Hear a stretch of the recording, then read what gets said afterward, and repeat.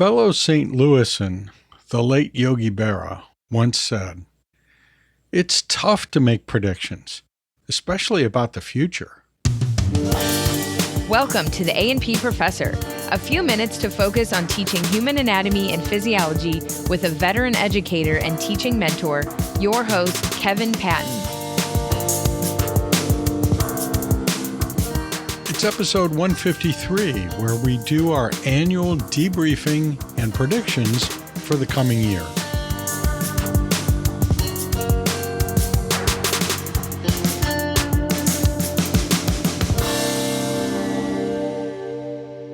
Longtime listeners to this podcast know that I'm a big believer in regular debriefings. When teaching, shortly after the end of every semester, I make sure to spend some time reflecting about how things went. Usually, I made sure to record things I'd need for a future evaluation process or a promotion or an award nomination. And, well, of course, that inevitable memoir of a lifetime of teaching. You got to get your ducks in a row before you start that. And I always took time during these debriefings to sort out what worked well and what needed tweaking or what needed a complete overhaul.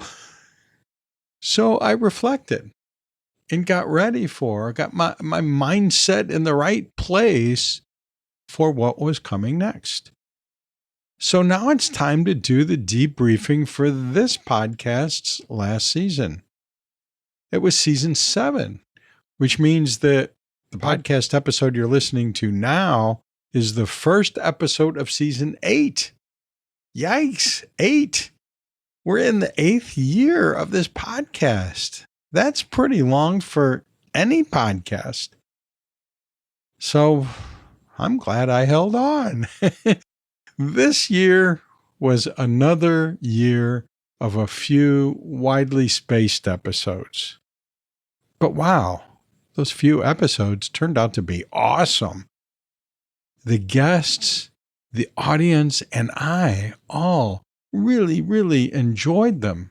Wait a minute, they really enjoyed them. That's 4 reallys, which is my highest rating. The first one, episode 147, was last year's debriefing.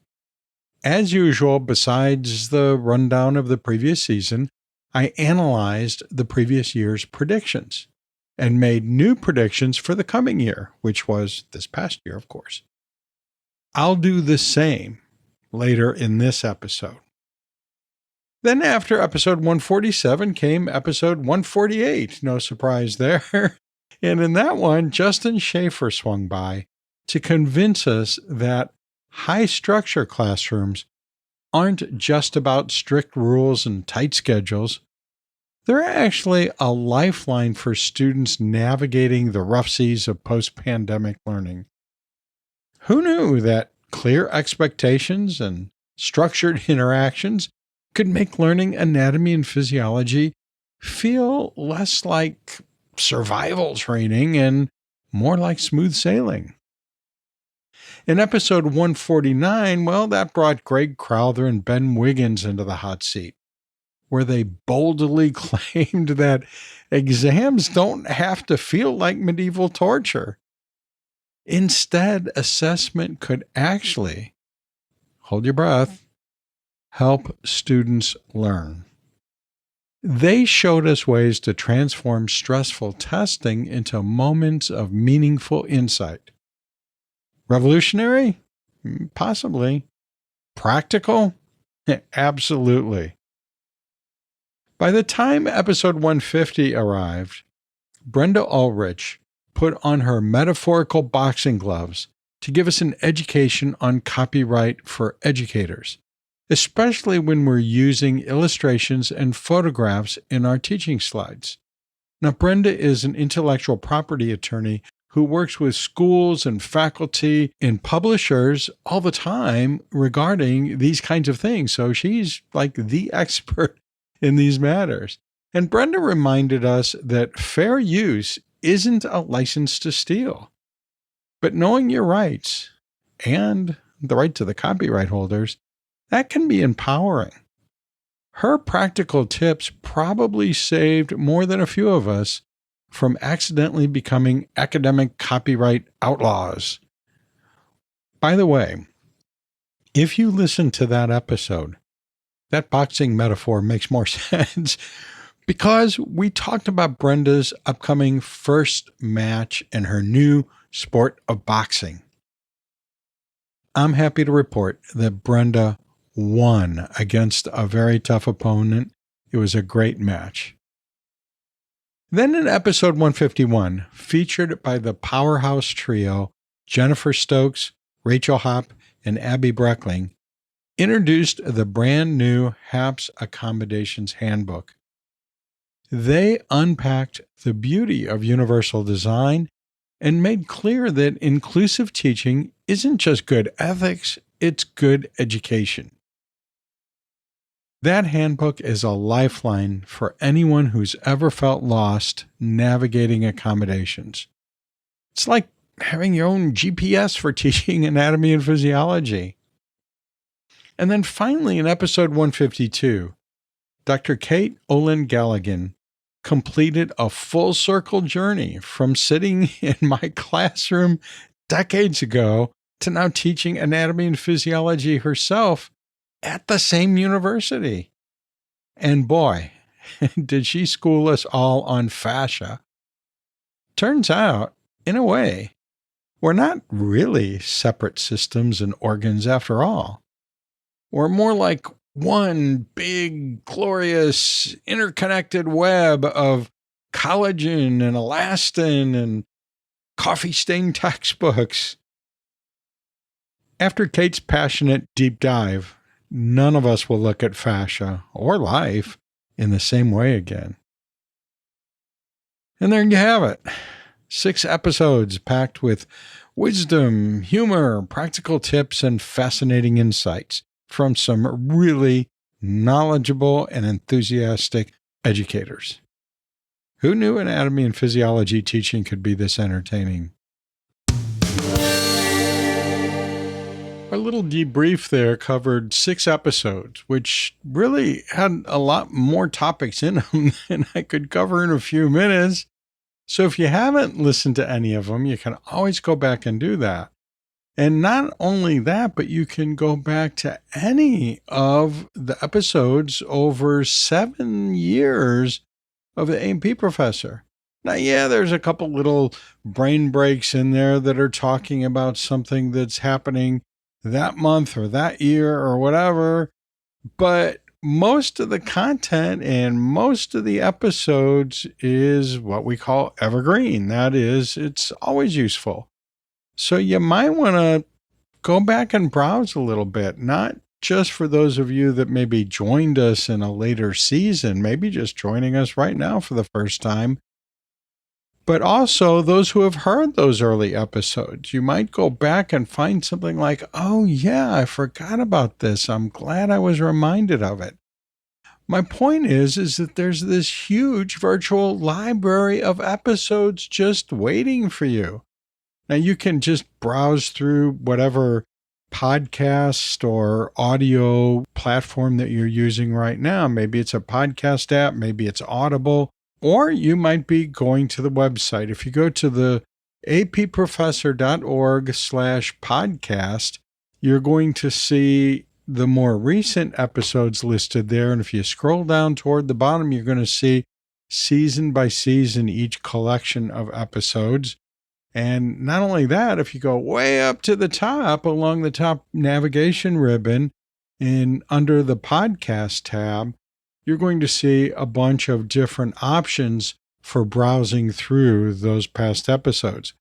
There is a list of podcasts. There's what we call the jukebox. It's kind of a virtual jukebox there where you can scroll through and pick which ones you want to listen to, and the player for each one is built right into the page. And there's lots of other options there too. So lots of different ways to browse through. And don't forget, at the approfessor.org, if you scroll down to the bottom, there's a search bar. And so if there's a particular topic you want to see if I've covered it in other episodes, or if you're looking for a particular past episode, that might be a shortcut to find it quickly. So it's theapprofessor.org/podcast.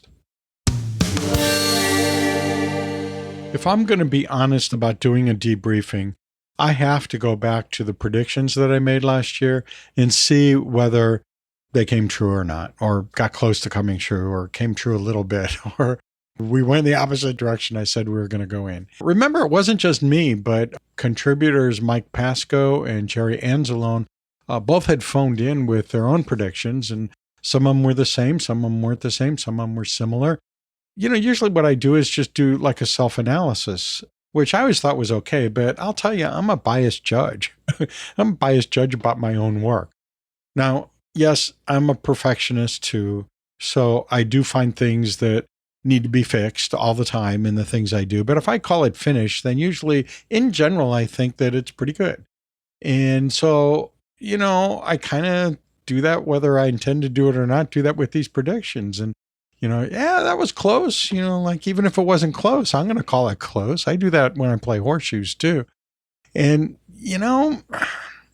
that maybe we need like a third party. So what I decided to do was use artificial intelligence and have artificial intelligence analyze the whole set of predictions we did in our episode last year. So mine and Mike's and Jerry's, put them all together, put them into the artificial intelligence chat, and asked it, really, did we get close? And then it gave me some answers. And then I thought, well, really, or is artificial intelligence just making that up? So I said, can you give me at least a couple of citations for references that have happened within this last year, that have been published within this last year, that support or give an example of your analysis of each prediction? And so it did that. And I thought, wow, that's a lot better than me just winging it. And I'm not going to go through all of the references it gave. And those were just a couple of what I'm sure many examples that could be found on these topics. But the point is I took that extra step, which I think gives a little bit more credibility to the results. So let's go through those results and see what you think, see whether you agree whether we got close or not. So prediction number one was that there's going to be more augmented reality and virtual reality tools being used in teaching labs and simulations to create a more immersive A&P learning experience. And the result is, yes, adoption of these things has grown. But there's a caveat, and that is it's happened very unevenly across institutions. There's some institutions or some departments within institutions, or maybe even just individual instructors within institutions that have really embraced, or at least in the first stages of embracing, augmented and virtual reality tools. But there are many, even within the same institution, but certainly there are whole institutions that really aren't even looking at it yet, at least not seriously. So yeah, there's been some growth, but not a big explosion, or as big an explosion as there could be. It's not universal. Prediction number two was that there would be an increased use of artificial intelligence to tailor learning, to adjust learning, to make learning better, that we as educators could use artificial intelligence to increase learning, and students could use artificial intelligence to help with their studying and understanding of the concepts.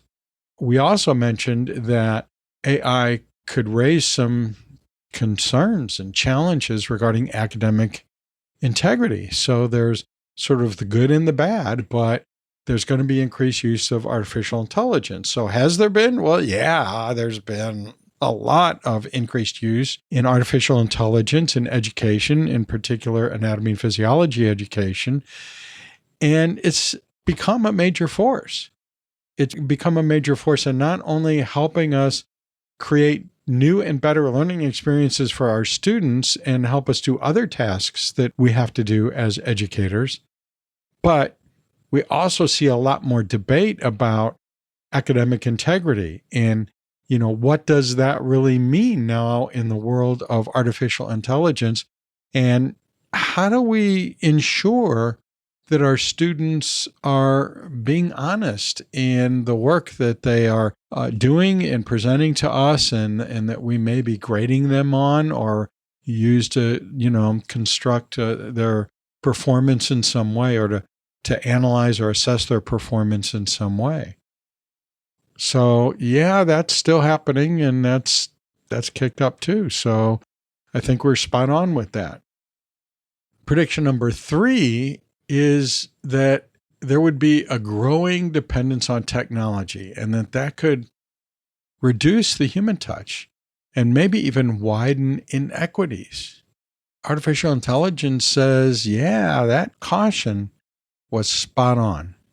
Technology benefits and equity issues continue to coexist. So, yes, the human touch may be in danger if we don't hold on to it. And also, equity issues continue to coexist along with the increased use of technology. We need to acknowledge that and deal with it. Okay, prediction number 4 is that there would be lower in-person attendance, especially in lectures, and so that would spur more hybrid approaches to learning. And artificial intelligence says that, yeah, many courses have seen this trend, and hybrid models are starting to get to the point where they're almost the norm in some places. Prediction number 5, expansion of online hybrid courses. That is, there'd be a lasting shift toward online and hybrid course delivery. And this kind of overlaps the previous prediction, number 4. And yeah, that shift has accelerated during this post-pandemic period. And that kind of confirms the prediction. And then prediction number 6 was that digital textbooks will integrate augmented reality and virtual reality, interactivity, data analytics, and new subscription models. And artificial intelligence says that, yeah, digital and interactive resources are evolving rapidly, but the transition's still underway. We still don't see a lot of the higher level technology being built into some of these digital textbooks, but we're further along that path of digital textbooks dominating.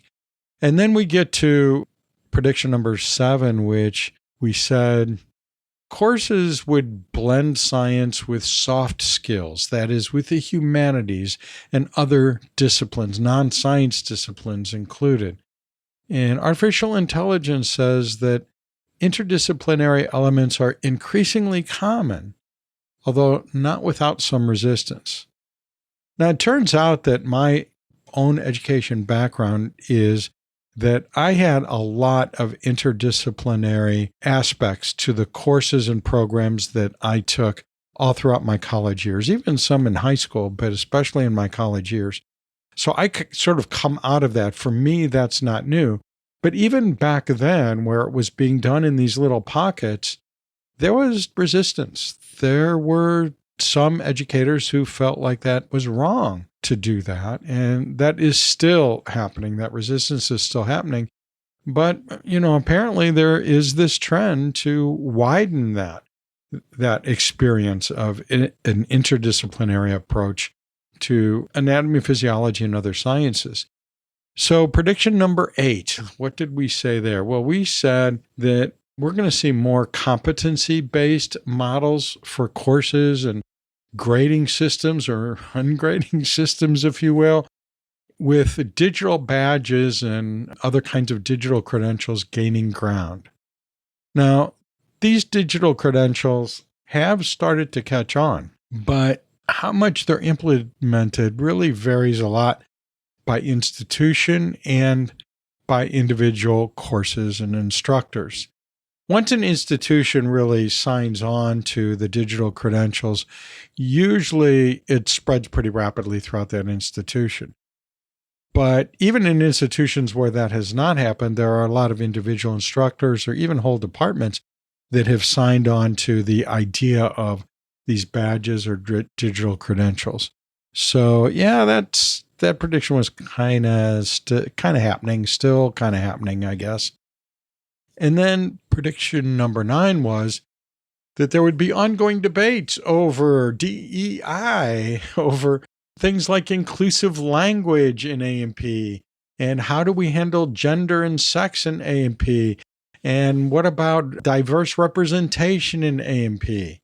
And so we said that there would be not only ongoing debates, but there'd be more of these things, that we'd get more inclusive in our language in addressing gender and sex issues, and we'd be more inclusive in our diversity of representation in A&P, not just in textbooks, but in what we're doing in the course. And yeah, okay, so those are still hotly debated. And yeah, they're continuing to evolve, and they didn't really evolve completely in the way I thought. I'll admit that. Just today, yet another colleague posted an announcement in social media that her large institution was dismantling their organized DEI efforts, which were pretty rich and comprehensive. And they did that in order to comply with federal regulations, which we're seeing a lot of that now. We're seeing all kinds of things that, and even like keywords, like if it says DEI, throw it away. If it mentions inclusivity or inclusion, throw it away. If it includes any aspect of gender, throw it away. Diversity of representation, throw it away. So it's this backlash against diversity, equity, and inclusion. And, I'm sure you feel the same way. And I don't want to go down this rabbit hole right now, but really, aren't diversity and equity and inclusion just basic instances of kindness and love and compassion? Can't we work out any differences we have in specific policies or initiatives? Do we really think that just throwing it all away at once is productive? Maybe we should just change the name from DEI to kindness and love. Maybe that'll take care of it. Then the filters looking for those keywords won't find anything, and we can still stay on that road of evolution toward a kinder, more loving type of education that we offer our students. But then, somebody's going to have the idea that we need to ban kindness and love. I mean, how would you like to stand for that? What's your position? Oh, my position on everything is I'm against kindness and love. Oh, what a world we live in. Well, let's move on to the next one. Perhaps something a little more optimistic. Oh, shoot. The next one is number 10, faculty life and burnout. Oh, no. In our last year's episode, we said that faculty would face more precarious work conditions. And so therefore there'd be more burnout, and there'd be more reliance on adjuncts. We'd see fewer and fewer full-time faculty. We'd see people retiring or being fired, maybe en masse, like we're seeing in some places, and being replaced with no one or being replaced with adjunct faculty. And as I said in that year's episode, I've been adjunct faculty almost my whole career. And I've also been full-time faculty. And those are both valuable roles, but I don't think we should have only one or only the other. I don't think that's good for learning. I don't think it's good for the profession of education. And, well, unfortunately, the challenges for faculty, they have grown exactly as predicted. Now that is a quote from artificial intelligence, exactly as predicted. So that's kind of heartwarming in a way that I was exactly right. But it's not heartwarming when you consider what it is. There's more burnout. No, I didn't really want that to happen. I thought it would happen, but I didn't want it to happen. Well, let's go on to number 10. I said that there'd be a greater push for clear communication of scientific ideas. That is sometimes, comes under the umbrella of what we call science communication or public communication of science. And I said that there'd be a greater push for that, both within academia and coming in from the public asking for more of that. How did we come out on that? Well, I think it has become more important. AI thinks it has become more important. And, it seems clear that there are many more scientists now engaging actively in public communication of science and in outreach than ever were before. I mean, it's always been a thing, but it's never been the big thing it is now. And a lot of the activity I see going on is actually activity in encouraging other scientists to get more active in that area. So we're kind of like in a evangelistic mode, if you will, trying to convert more professors and more scientists to buy into this whole science communication effort. And then our last prediction had to do with fibers and threads and tubules in the body. We predicted that there'd be a surge in research and teaching about the roles of various cellular and connective tissue fibers. And we even had an episode this year with Kate Olin-Galligan, who came in and talked about fascia. And she's got a lot more to say about fascia, by the way. So I think we're going to have another episode this year featuring Kate and maybe some others. If you want to get involved in that, you're welcome to join in. Just contact me. AI says, yeah, research in this area is expanding, but it does continue to remain a niche topic in many A&P courses. So yeah, I see that. I see where some people are really expanding on their appreciation of and interweaving of fascia and related topics in their course, and others have not yet gotten there. So overall, AI says that my colleagues and I largely hit the mark. Many of the trends, especially in educational technology, AI, hybrid learning, and faculty challenges, have proven very accurate. Some areas like full adoption of AR and VR tools or micro-credentials, they're still in progress. But the overall set of predictions was impressive. So, yeah, I'll take that. I think that's good. Let's take a quick break from our main topics because I want to tell you about something I've just added to our A&P Professor website. That's at theapprofessor.org, and it's a virtual AI assistant that I've added in there. Well, you know me, I like to play with new things. And this is something that became available in the JotForm platform. Now, JotForm is actually a whole collection of products, and I use their forms for you to be able to claim your digital credentials. So that's how I started using JotForm. And then I start using it for other things, and I really like it. It's kind of like Google Forms, but it does a lot more in different things. And they have other products that you can integrate with it. And so they've just rolled out their AI virtual assistant. And it's actually like this huge collection of templates for different kinds of AI assistants. And they're also completely customizable. And well, again, being the kind of guy I am, I customized mine. So the AI assistant that you will see on the approfessor.org website is not one of these stock photo people that they have in most of their templates. It's just a little character that I've used in my courses for decades, actually. He's an ass. And I know, especially because you're listening here with sort of an anatomy filter on. What I mean by that is this character is a donkey, and his name is Manuel. And so for my students, he's known as Manuel my ass. And he's a semi-fictional character that I use. Actually, he has his own webpage. If you go to lionden.com, that's lionden.com/Manuel, MANUEL.htm. Don't put an L at the end. It's just HTM.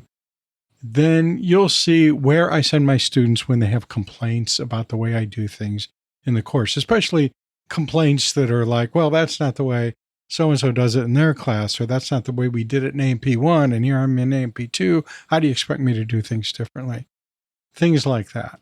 And so anyway, this is where I send my student complaints usually.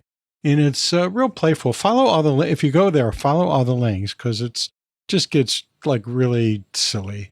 So anyway, so I thought, well, I already have this character that is sort of associated with my work. And so I'm going to use, and plus this, they said, give a name for your customized assistant here, your virtual assistant. And well, I mean, what better for an assistant than an actual ass, right? And so that's Manuel. And so you will see a little picture of Manuel at the bottom left of any of the pages at the website. Now, right now, he's in the lower left. Usually you see these things in the lower right, but I already have something there. And I'm trying to figure out how to move him around. So if he's not on the left, look on the right. And I think those are my only two choices. We'll see if I can get some things moved around, but just look around for him and click on the little profile picture of Manuel, and a dialog box will pop up like you see, and you've used these things in other websites. They're all over the place. And so this is early days. So what kind of answer he's going to give you for questions you have or information you're looking for is questionable. And well, he's an ass after all. So you just never know what he's going to say, but he's in training. So I would love it if you would go there and see, ask him some questions, even if you already know the answer to it. Ask him questions about where to find things on the website, things about the podcast, topics from the podcast, guests from the podcast. Just think up some things to ask him. It'd be great if some of them were like realistic questions that someone might ask. But if you want to ask him just some bizarre random question, ask it and see what he says. And I get a printout of all of the conversations. Now, unless you put your name or email into it, I don't know who it is doing it, which doesn't really matter anyway. But I can go in there and see those conversations. And if there's something he can't answer or he answers incorrectly, then I can go in and correct it. And by doing so, that trains him for future questions of that type. I'm going to play around with this and see, what I can do with him. And he might get annoying and I'll get rid of him, or maybe it's going to be really a great help. But wouldn't this be neat to use in a course and have a lot of the questions that your students ask answered automatically? Like, what is the exam date? When is test 4? What topics are going to be on test 4? Those kinds of, where is your office? Or how do I contact you? Or, things like that are questions that really don't need us and take time away from other things that we need to be spending our time on. So I don't know, just a little toy here to play with. So just go to theapprofessor.org and go to any page or just stay there on the homepage and play around with Manuel for a while. And if you have any feedback for me, let me know. In an earlier segment, I had mentioned that my friend Jerry Anzalone, who's a longtime AMP instructor and is a longtime listener and supporter of this podcast, he had contributed some predictions for last year. Well, true to form and true to his unwavering support of this podcast, he has contributed his own predictions for the coming year in this episode. Now, I didn't listen to him before I started editing the podcast. So, well, at the moment I'm recording this, I don't know what he's going to say. And I did that on purpose because I didn't want any overlap between them to influence it. And I didn't want to create overlap that would not have otherwise happened. It'll be interesting to listen to this and then listen to my predictions and see where we're thinking the same way, where our thoughts are diverging, and so on. So let's get to Jerry's predictions right now. Hi, Kevin. This is Jerry Anzalone calling from Punta Gorda, Florida, with my predictions for the coming year in the world of A&P teaching and learning. First, these are my predictions for how current events may indirectly impact higher education in general. The dismantling of the federal government's Department of Education will result in the removal of college and university accreditors from the oversight process, or give states more authority in oversight. And this may lead to less regulation for colleges, but fewer protections for students. And I based this on a February 7th, 2025 article from Inside Higher Ed. Here's how it would play out. First, weakened civil rights enforcement could result in delays and downgrading of student civil rights and student loan fraud cases.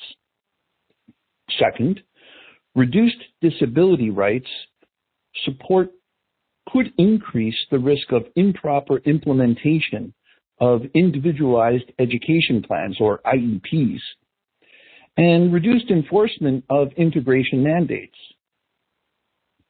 Third, less accountability in distance education could result from fragmented state oversight, potentially burdening online programs and limiting student access.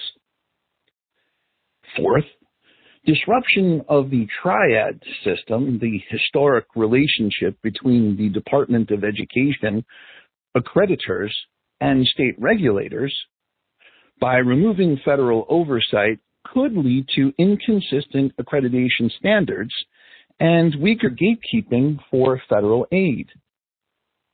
Fifth, laxer oversight might enable low-quality institutions to access federal aid more easily, creating an environment conducive to predatory institutions to profit at the expense of students and taxpayers.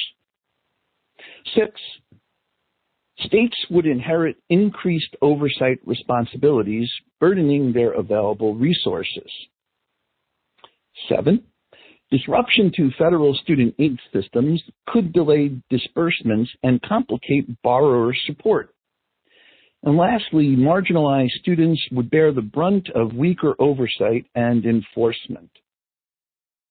But because A&P has traditionally served as one of the prerequisite courses for allied health science programs, we may be better positioned than, say, humanities courses. Next, and on a more positive side, I asked the AI platform Perplexity for its predictions for A&P instruction and learning in the coming year based on current trends in higher education. And here's what Perplexity predicted. First, that technology would play a central role in contemporary A&P education through the increased integration of interactive resources like virtual dissection tables, augmented reality, virtual reality, and of course, artificial intelligence. These high-tech tools are purported to enhance student performance and engagement and enable personalized learning through experimental and multimodal learning. Additionally, the continued integration of AI into A&P education helps to automate mundane administrative tasks and improve accessibility. Secondly, A&P curricula will place a greater emphasis on practical skills and clinically relevant hands-on learning experiences. For example, there's currently a growing emphasis on teaching skeletal muscle identification and action while focusing less on details like attachments and innervations. 3, A&P education will expand on interdisciplinary approaches. A&P education is currently incorporating broader scientific fields like biotechnology and data science to better prepare students for interdisciplinary careers and to enhance their ability to solve complex healthcare challenges. For example, interdisciplinary integration combines anatomy with fields like art, engineering, psychology, and ethics to foster holistic understanding and critical thinking. Biotechnology is used for practical training, developments of medical device, and improving patient outcomes through anatomic knowledge. And data science and AI enable automated analysis, therapeutic target discovery, and virtual or augmented reality for integrative learning. Perplexity identified a few challenges to these goals, including addressing AI limitations, ethical considerations, and logistical barriers to effective implementation. Perplexity also predicted declining student pools based on the current enrollment cliff, the significant and predicted decline in the number of college-going students, forcing institutions to adapt by targeting diverse demographics, including adult learners, through flexible online and hybrid models. For example, more colleges are using collaborative course sharing, pooling resources to ensure students can access A&P courses in formats that suit their needs. Also, citing data from 2017 up to the present, Perplexity asserts that the demand for educators in gross anatomy, histology, and embryology exceeds supply. This may lead to increased reliance on technology-driven solutions or alternative teaching models to help bridge these gaps. So, to recap, the coming year likely presents the challenges of reduced federal oversight in accreditation, less protections for students, the continued elimination of diversity, equity, and inclusion programs, and greater inclusion of high-tech tools in higher ed in general, including A&P. But, as Yogi Berra said, it's tough to make predictions, especially about the future. I hope you're well. Take care. I'm on LinkedIn, both as Kevin Patton, the individual, and as the A&P professor, and you can find me easily in the search function of LinkedIn. But what I want to mention right now is that recently I've been seeing a lot of people that I'm linked to show up in my feed with an announcement from LinkedIn telling us all what kind of certification that person has received. And most of these are micro-credentials. That is, it's a little mini course, it's a seminar, a webinar that they've engaged in recently. And it lets all of us know the kinds of things that they're doing, which is a really great way to stay in touch. And it also kind of spreads the word that these things are happening. And you know, we have badges, we have micro-credentials at the A&P Professor. You can earn a micro-credential when you listen to an episode of the podcast, when you read one of the books in the A&P Professor Book Club, when you watch one of our online seminars that you can, they're on demand, that you can watch at the approfessor.org. And when you earn those badges, you can just send them right to LinkedIn as soon as you earn them. There's a link in the show notes that walks you through how to do it, but it's like 2 or 3 steps. You just click share and click social and then pick LinkedIn and then it's done for you. You have to start at Canvas Badges or Canvas Credentials page. It's in your backpack. And how to, find the badges in your backpack and do all that stuff and how all of these badges work, that's all listed for you at the approfessor.org/education. And you get taken back there every time you earn a badge, so you probably already know about it. So when you're done with this episode, why don't you go ahead and claim your badge for listening and then put that on LinkedIn, and maybe that'll spread the word that this episode's now out there and available, and might be something that somebody else might want to take a look at. Well, it's time for my psychic forecast for the coming year. And when I use the term psychic, what I mean is psychic literally. Psych means mind, and the IC ending means relating to. So if something is psychic, it's relating to the mind. So I'm using my mind to forecast what might be happening in the coming year. And this time, I'm going to go a little bit further out on the limb than I usually do. And, well, let's see how that goes. Prediction number 1 is the TikTokification of A&P education. Expect educators to begin to embrace micro-teaching, that is, delivering complex anatomical truths in a snappy, bite-sized burst, tailored for short attention spans. Who knows, lectures may soon feature captions like, 5 things your kidney wish you knew, or mitochondria, not just your grandmother's powerhouse anymore. Prediction number 2. Anatomy meets philosophy, and maybe a dash of poetry. As external pressures narrow the curricular scope, clever instructors are going to start to disguise the broader interdisciplinary lessons under creative banners.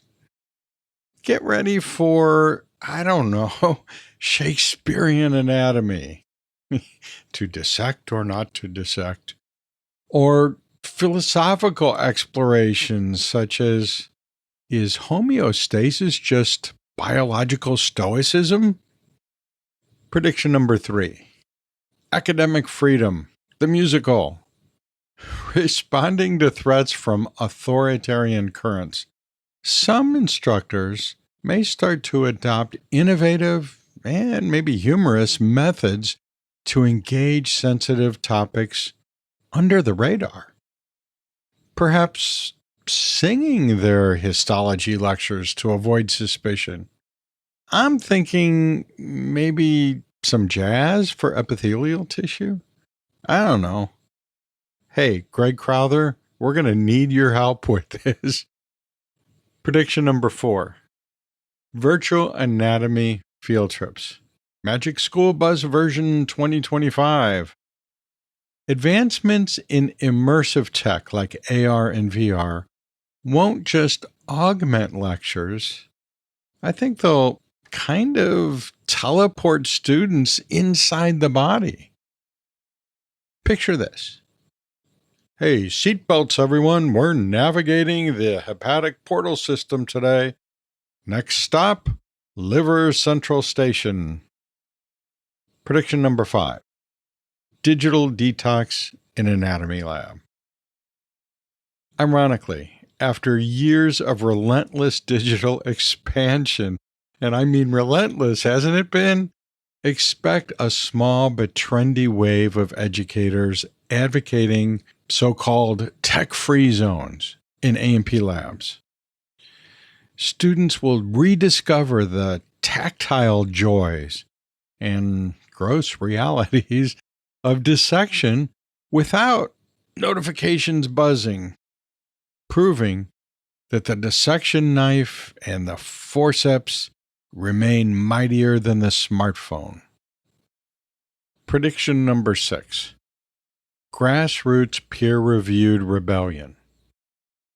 Frustrated by institutional politics and authoritarian micromanagement, faculty may rally toward informal, cross-institutional, peer support and validation networks, providing an underground market of curriculum reviews, solidarity, and covert pedagogy strategies. Think Fight Club, but for educators. First rule, you do not talk about learning styles. Okay, prediction number 7. The rise of the anatomy influencer. Expect charismatic educators to develop thriving personal brands, turning, Anatomy with Andy or Fascia Fanatics into influential education channels. Just like Wendy Riggs and Steve Sullivan have been doing for a while now. Institutions might even start to offer tenure based partly on YouTube subscriber counts, bringing new meaning to publish or perish. Prediction 8. Stealth DEI. Diversity through anatomy and physiology. So, amid all this external pushback against explicit DEI initiatives, I think clever educators will subtly infuse inclusive themes directly into their A&P lectures, highlighting human biological diversity, normalizing anatomical variation, and emphasizing the interconnectedness of all people through universal biological structures and functions. After all, nothing says inclusion quite like the realization that we all share similar internal plumbing. Prediction number 9. Retro tech makes a nostalgic comeback. Just when you thought digital was unstoppable, educators seeking to re-engage screen-fatigued learners will embrace charmingly retro methods. Expect vintage anatomical models, hand-drawn lecture notes, overhead projectors, and even resurrected transparencies. I shouldn't have thrown all of those away. Proving again that everything old eventually becomes hipster cool. Prediction 10. Hot topics get hotter. Brace yourself for another year of fascination with fascia. Marvel at the mysteries of the human microbiome and continue unraveling the intricate dance of diet, exercise, and metabolism. Expect breakthrough after breakthrough in understanding these concepts, and expect A&P curricula to increasingly incorporate these themes, moving beyond isolated organ systems toward a truly holistic understanding of human biology. After all, nothing sparks student interest quite like discovering that they're essentially a walking ecosystem wrapped in a stretchy connective tissue sweater. Well, put a pin in those and let's see how we do over the next year. Hey, instead of my usual episode wrap-up, I want to take just a few minutes to talk about something serious. Something we all need to consider carefully as A&P professors, especially in the current climate. As educators, we often tend to be optimists.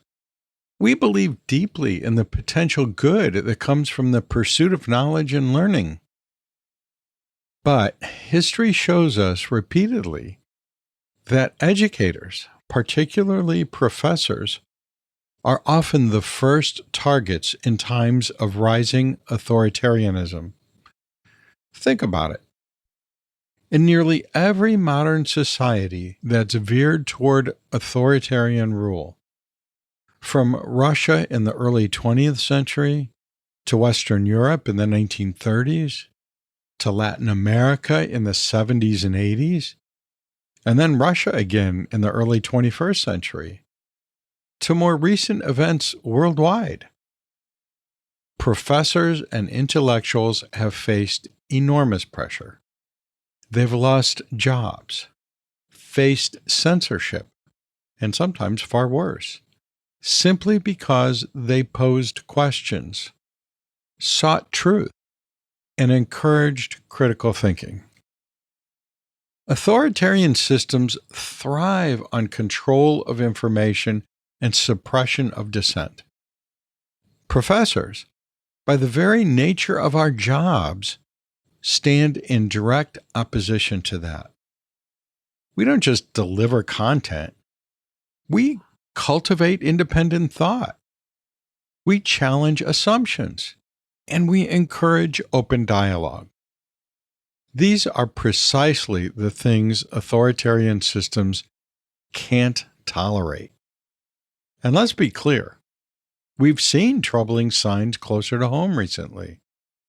Pressure on curricula, restrictions on academic freedom, even direct attacks on the integrity of educators themselves. So, what am I saying? I'm saying that it's essential we remain watchful, aware, and prepared. Let's not dismiss these patterns lightly. We need to recognize the signs of erosion in academic freedom early, when we still have the strength and numbers to speak up. It's also important that we remain empathetic, not only to our colleagues who are immediately impacted, but also to those who may not yet realize what's affecting others today might well affect them tomorrow. Now, more than ever is the time to support one another across institutions, disciplines, and even differences of opinion. Yeah, we might disagree about certain details, certain approaches, certain philosophies of teaching, but let's never forget that beneath these differences lies our shared purpose: educating, guiding, and protecting the integrity of scientific knowledge itself. We're all in this together, and our collective strength depends on our solidarity. Let's commit to standing together, speaking up when we see injustice, and remembering always that our greatest power lies in unity, empathy, and the unwavering pursuit of truth. History has taught us these lessons clearly, sometimes painfully. Let's ensure that we heed them today. Well, thanks for listening. I think it's important to remind ourselves of this. Now, let's move forward together into a new year of love and kindness. I'll see you down the road. The A&P Professor is hosted by Dr. Kevin Patton, an award-winning professor and textbook author in human anatomy and physiology.